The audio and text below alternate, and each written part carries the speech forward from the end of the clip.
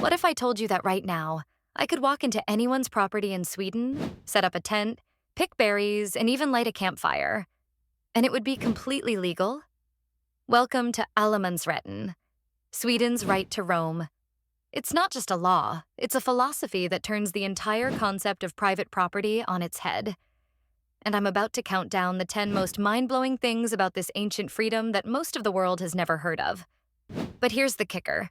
Number 1 on this list isn't just surprising, it's so radical that it challenges everything you think you know about ownership, freedom, and what it means to share a planet with other humans.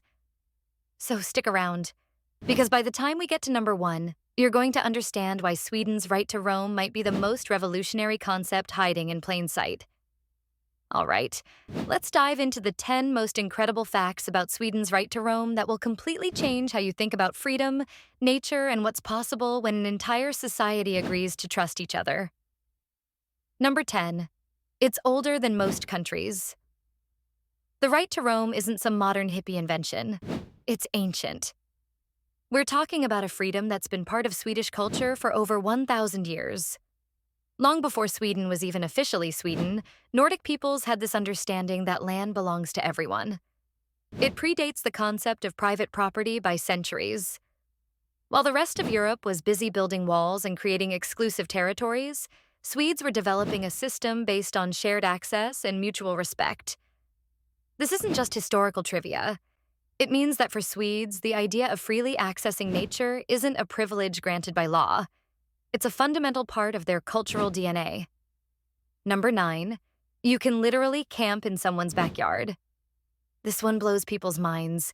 You can legally camp on private property in Sweden as long as you're not too close to someone's house. The rule is simple. Stay out of sight of the house, don't disturb the residents, and you're golden.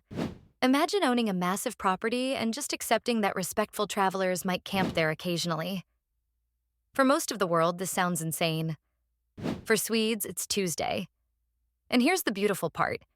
It works because everyone understands the unspoken rules.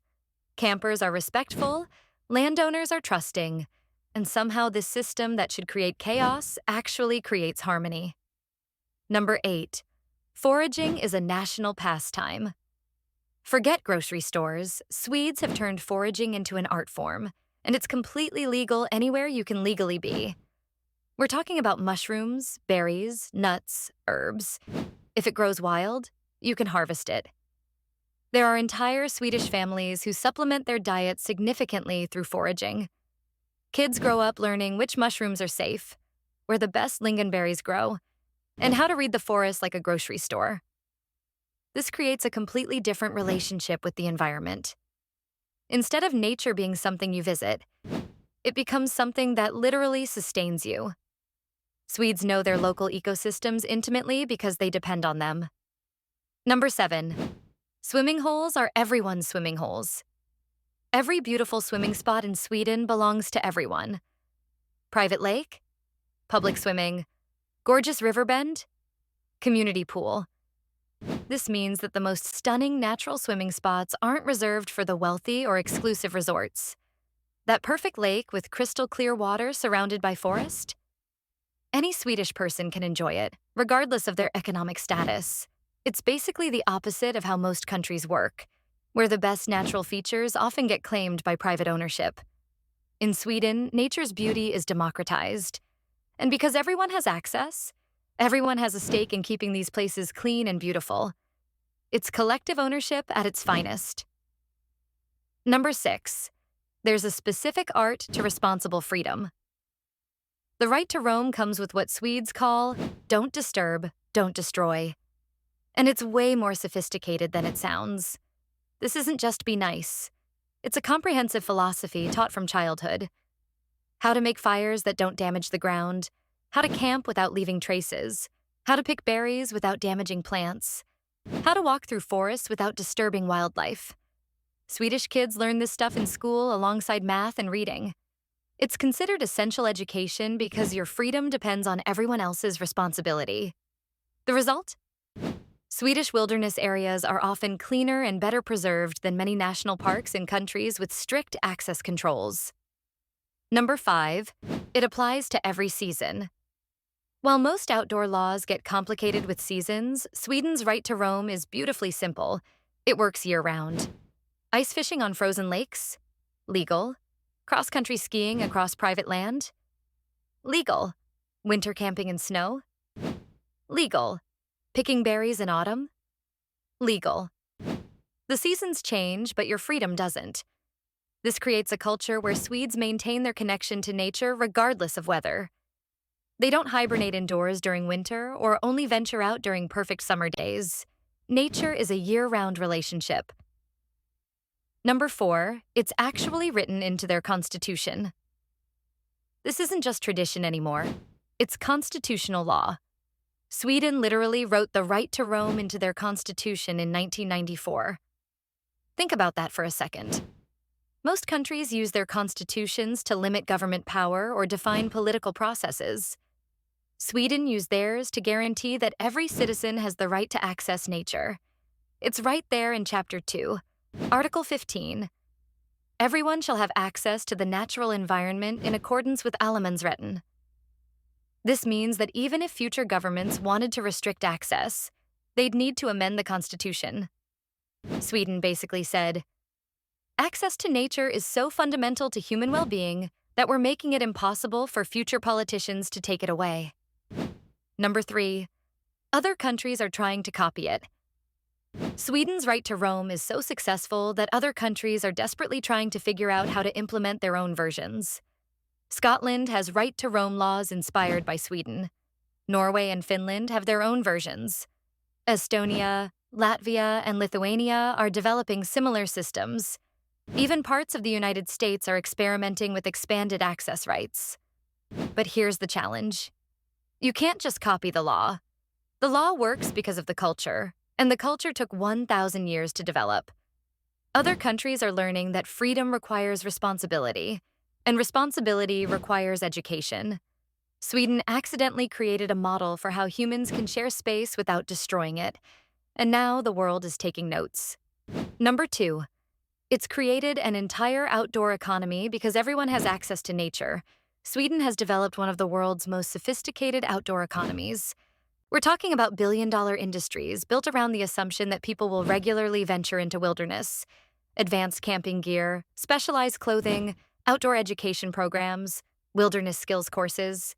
Entire economic sectors exist because the right to roam guarantees demand.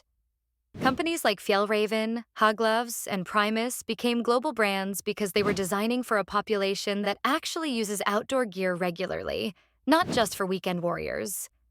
When outdoor access is democratized, outdoor innovation follows. It's economics driven by equality rather than exclusivity. And here's number 1. It's actually creating better humans. The most mind-blowing thing about Sweden's right to roam. It's not just about outdoor access.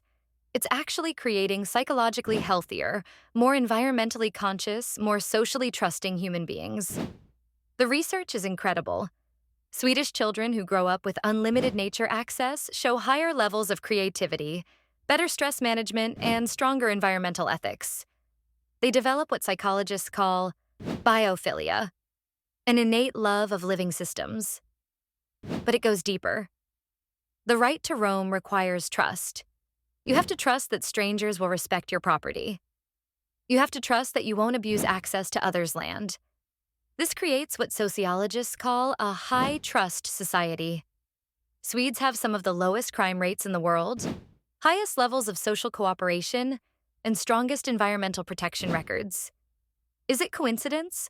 Or is it because they've spent 1,000 years learning that freedom requires responsibility, and responsibility requires trust?